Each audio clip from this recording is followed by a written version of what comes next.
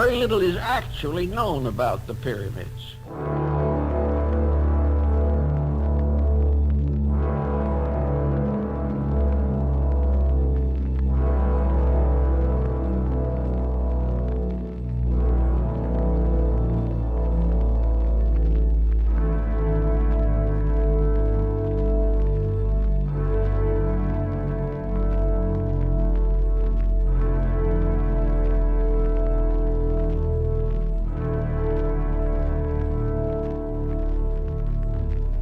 Contemporary records are very scanty.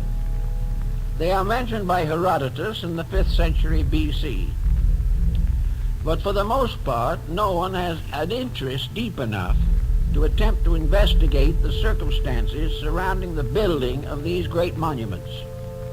To this day, we really do not know why they were built, when they were built, and how it has happened that they have continued to intrigue human thinking for so long a period of time.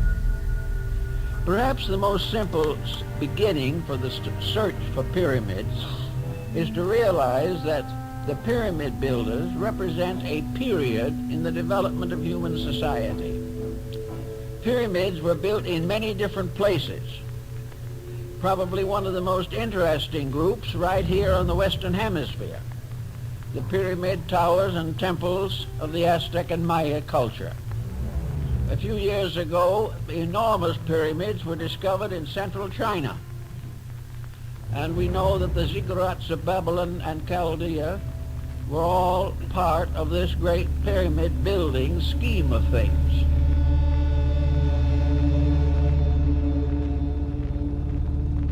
The shape of the pyramid changed considerably in the course of time. In the beginning, it was a mound, and the very earliest examples still had the mound form, and these are still found in the great monuments in Java, the Borobudur, which is probably one of the most powerful and fascinating religious monuments now surviving.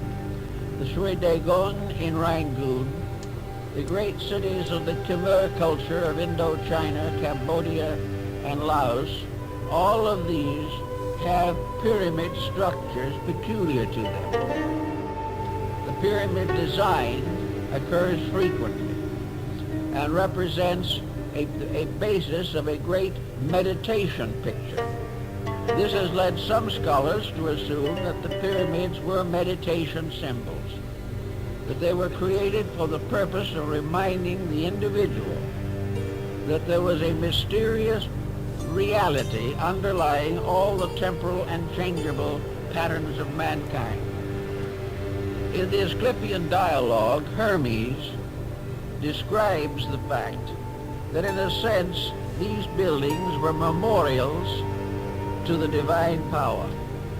They bore witness to those times and those thoughts when the gods walked with men. They became part of a traditional heritage.